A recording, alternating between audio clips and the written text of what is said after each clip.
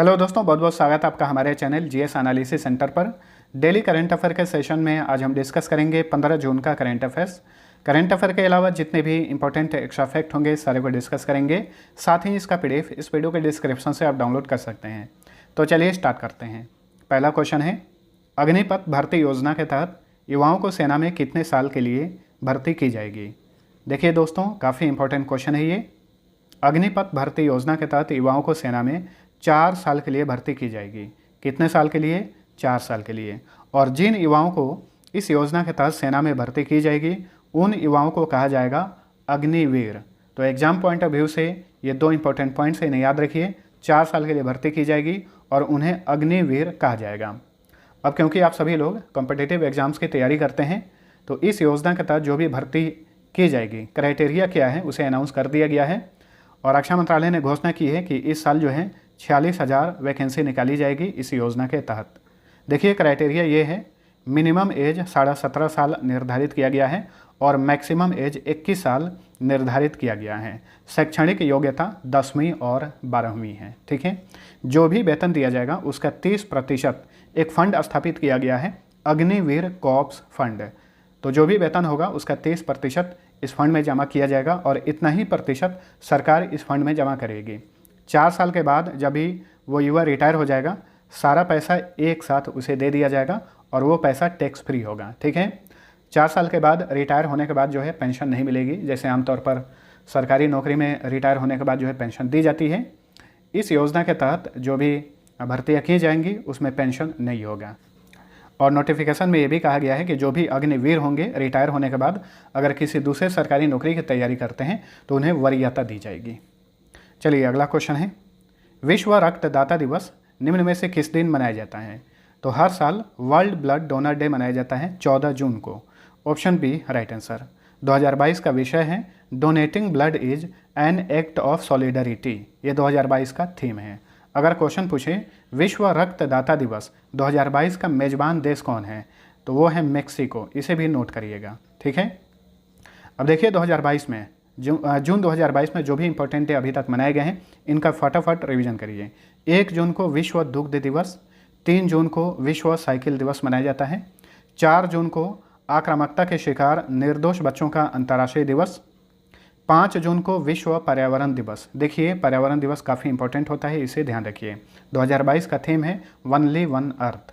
7 जून को विश्व खाद्य सुरक्षा दिवस, 8 जून को विश्व ब्रेन ट्यूमर दिवस मनाया जाता है, 8 जून को ही विश्व महासागर दिवस भी मनाया जाता है, 12 जून को विश्व बाल श्रम निषेध दिवस मनाया गया। नेक्स्ट, भारत ने यूरिया की खरीद के लिए निम्न में से किस देश को $5.5 करोड़ की ऋण सहायता देने की घोषणा की है। तो देखिए हाल ही में भारत सरकार ने यूरिया खरीद के लिए श्रीलंका को $55 मिलियन यानी $5.5 करोड़ ऋण सहायता देने की घोषणा की है।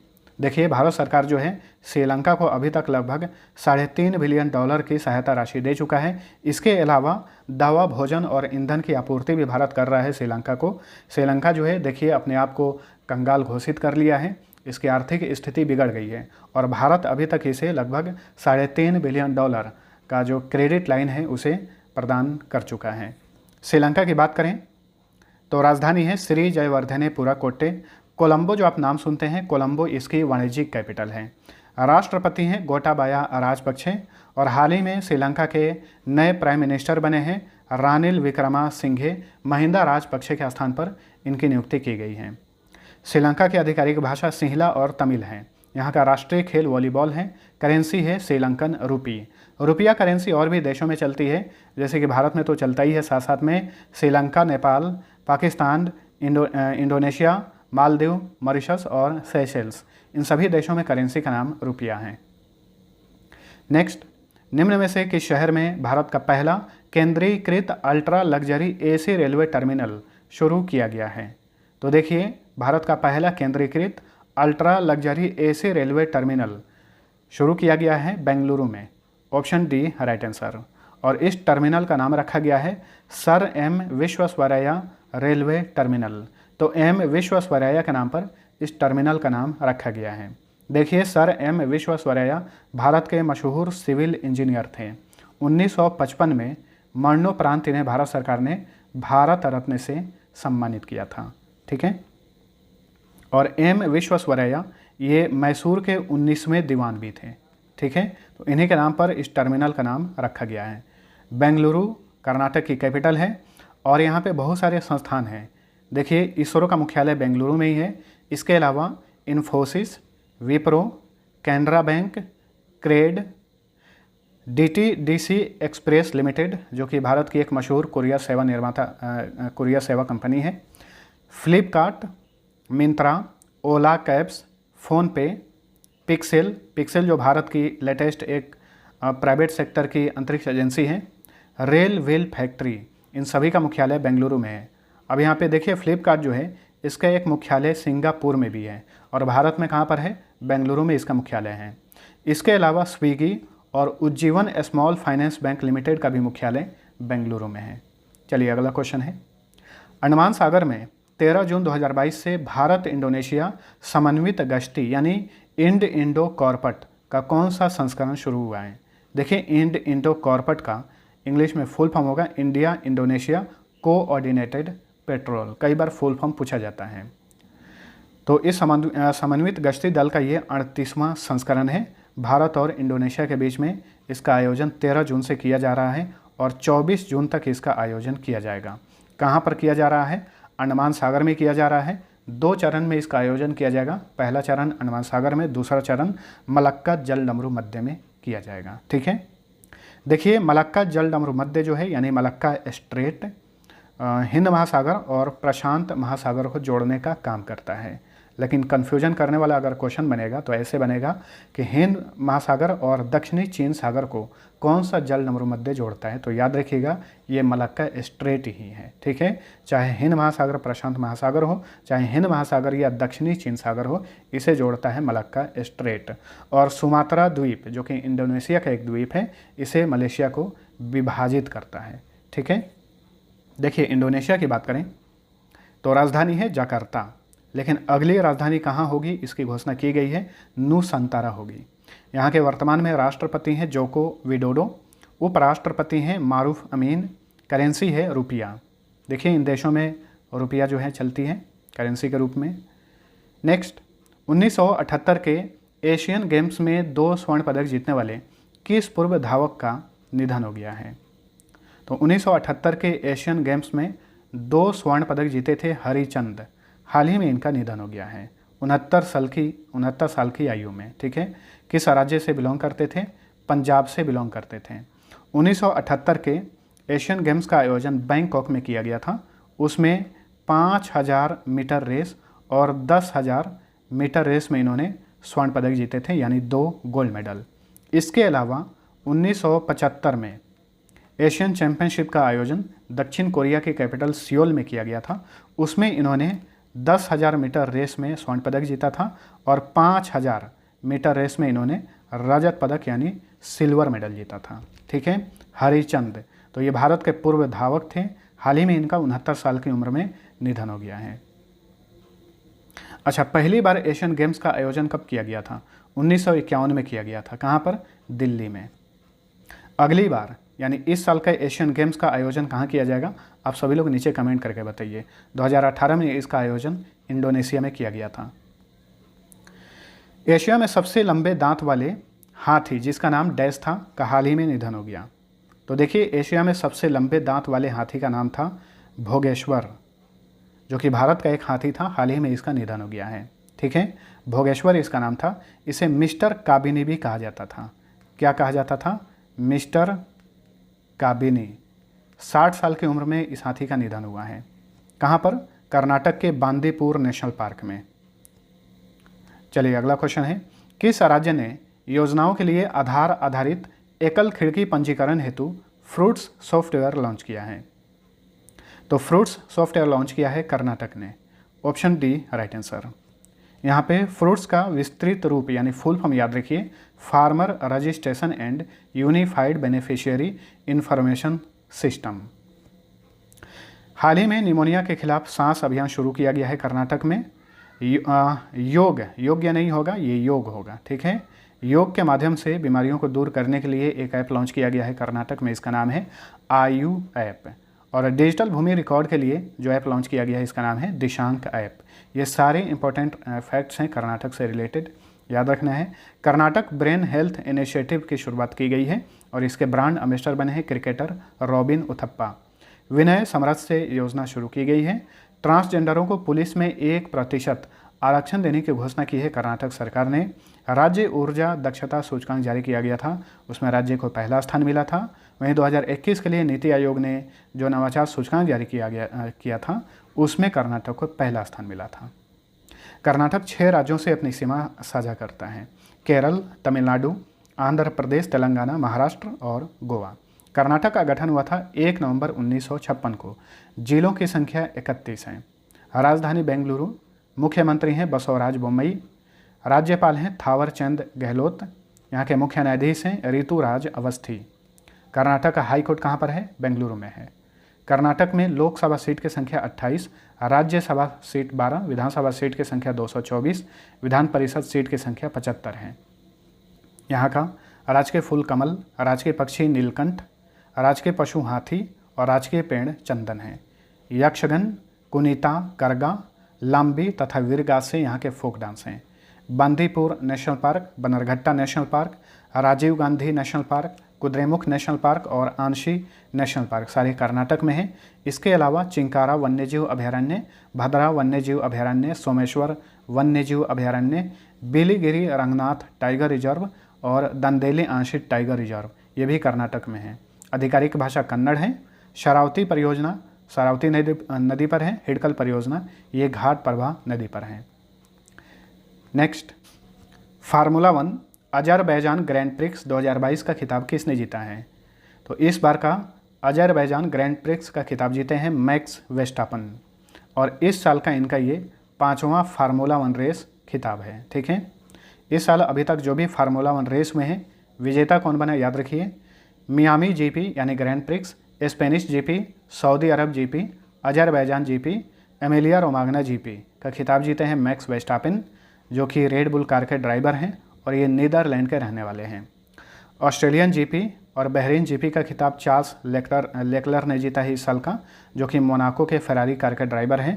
वहीं इस साल का मोनाको ग्रैंड प्रिक्स का खिताब जीते हैं सर्जियो पेरेज, ये मेक्सिको के रेड बुल कार के ड्राइवर हैं।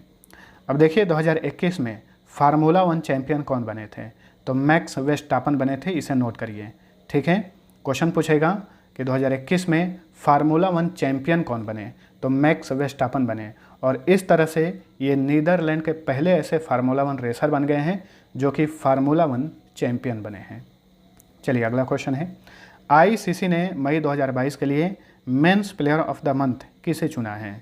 तो आईसीसी देखिए हर महीने किसी न किसी क्रिकेटर को प्लेयर ऑफ द मंथ चुनता है। तो इस बार जो है मई महीने के लिए मेंस यानी पुरुष श्रेणी में प्लेयर ऑफ द मंथ चुने गए हैं एंजेलो मैथ्यूज। कहाँ के हैं? ये श्रीलंकाई क्रिकेटर हैं। वहीं महिलाओं में प्लेयर ऑफ द मंथ चुनी गई हैं तूबा हसन जो कि पाकिस्तानी क्रिकेटर हैं। आईसीसी ये क्रिकेट से रिलेटेड अंतर्राष्ट्रीय संस्था है। इसकी स्थापना की गई थी 15 जून 1909 को। इंटरनेशनल क्रिकेट काउंसिल इसका फुल फॉर्म होता है। मुख्यालय दुबई में है। वर्तमान में आईसीसी के चेयरमैन हैं ग्रेग बार्कले और सीईओ हैं जियोफ एलार्डिस। चलिए अगला क्वेश्चन है, खेलो इंडिया यूथ गेम्स 2021 में 137 पदकों के साथ कौन सा राज्य पहले स्थान पर रहा? तो देखिए 2021 का खेलो इंडिया यूथ गेम्स का खिताब जीत लिया है हरियाणा ने, यानी हरियाणा ने सबसे अधिक पदक अपने नाम किए 137 पदक। इसमें 52 गोल्ड मेडल, 39 सिल्वर मेडल और 46 ब्रॉन्ज मेडल शामिल हैं, इसे नोट करिए। ठीक है, तो 137 पदकों के साथ हरियाणा इस खेल में पहले स्थान पर रहा। दूसरे स्थान पर रहा महाराष्ट्र। महाराष्ट्र ने कुल कितने पदक जीते? कुल 125 पदक जीते। इसमें 45 स्वर्ण पदक, 40 रजत पदक और 40 कांस्य पदक थे। ठीक है, देखिए खेलो इंडिया यूथ गेम्स का ये चौथा संस्करण था। खेलो इंडिया कार्यक्रम के तहत इसका आयोजन किया जाता है। 2021 वाला था, 2021 में इसका आयोजन नहीं किया गया था कोरोना महामारी के कारण। इस साल इसका आयोजन हरियाणा में किया गया और विजेता बना हरियाणा। ठीक है, पिछली बार तीसरा खेलो इंडिया यूथ गेम्स का आयोजन किया गया था 2020 में गुवाहाटी में। ठीक है, और खेलो इंडिया कार्यक्रम की शुरुआत कब की गई थी? 2018 में। और खेलो इंडिया कार्यक्रम के तहत खेलो इंडिया यूनिवर्सिटी गेम्स का भी आयोजन किया जाता है। और इस बार जो है इस साल दूसरा खेलो इंडिया यूनिवर्सिटी गेम्स का आयोजन बेंगलुरु में किया गया था। और खिताब किसने जीता? जैन यूनिवर्सिटी ने जीता, जो कि बेंगलुरु का ही एक यूनिवर्सिटी है। जैन यूनिवर्सिटी ने सबसे अधिक 32 पदक जीते हैं। 32 पदक में 20 गोल्ड मेडल, 7 सिल्वर मेडल और 5 ब्रॉन्ज मेडल शामिल थे। चलिए अगला क्वेश्चन है, हाल ही में केंद्रीय गृह मंत्री अमित शाह की अध्यक्षता में पश्चिमी क्षेत्रीय परिषद की 25वीं बैठक कहाँ पर आयोजित की गई? देखिए, ये जो पश्चिमी क्षेत्रीय परिषद है इसमें कौन कौन से राज्य शामिल हैं वो जान लीजिए। दादरा एवं नगर हवेली और दमन एंड दीव, गोवा, महाराष्ट्र और गुजरात, ये सभी राज्य शामिल हैं पश्चिमी क्षेत्रीय परिषद में। और हाल ही में पश्चिमी क्षेत्रीय परिषद की 125वीं बैठक आयोजित की गई दीव में।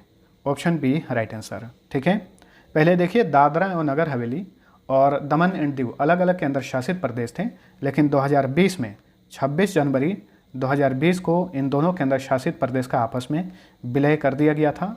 अब ये दोनों जो हैं एक ही केंद्र शासित प्रदेश हैं और यहाँ के प्रशासक हैं वर्तमान में, यानी एडमिनिस्ट्रेटर हैं प्रफुल्ल पटेल। और इस केंद्र शासित प्रदेश की कैपिटल कहाँ पर है? दमन इसकी कैपिटल है। ठीक है, और दीव में इस बैठक का आयोजन किया गया। ये 25वां बैठक था। तो फ्रेंड्स, ये था हमारा आज का करंट अफेयर। वीडियो पसंद आया है तो लाइक और शेयर जरूर करना। अब चलिए फटाफट पिछले क्लास का क्विक रिवीजन कर लीजिए। पहला क्वेश्चन, विश्व बाल श्रम निषेध दिवस 2022 की थीम क्या है? तो हर साल ये दिवस 12 जून को मनाया जाता है। 2022 की थीम है universal social protection to end child labour. निम्न में से किसे संयुक्त राष्ट्र का अवर महासचिव यानी अंडर सेक्रेटरी जनरल नियुक्त किया गया है? रबाब फातिमा को, जो कि बांग्लादेश की हैं। संयुक्त राष्ट्र महासचिव एंटोनियो गुटेरेस ने अंतर्राष्ट्रीय डिजिटल सहयोग के क्षेत्र में किस भारतीय को अपना प्रौद्योगिकी राजदूत नियुक्त किया है? अमनदीप सिंह गिल को। 12वें विश्व व्यापार संगठन मंत्री स्तरीय सम्मेलन में भारत का प्रतिनिधित्व किसने किया? पीयूष गोयल ने किया। और इस सम्मेलन का आयोजन किया गया विश्व व्यापार संगठन के मुख्यालय जिनेवा में। किस देश ने हाल ही में पहली बार फीफा ए नेशंस कप 2022 के लिए क्वालिफाई किया है? भारत ने। 19वें शांग्री ला डायलॉग यानी एशिया सुरक्षा शिखर सम्मेलन का मेजबान देश कौन रहा? सिंगापुर।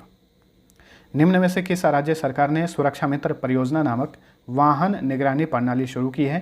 केरल ने।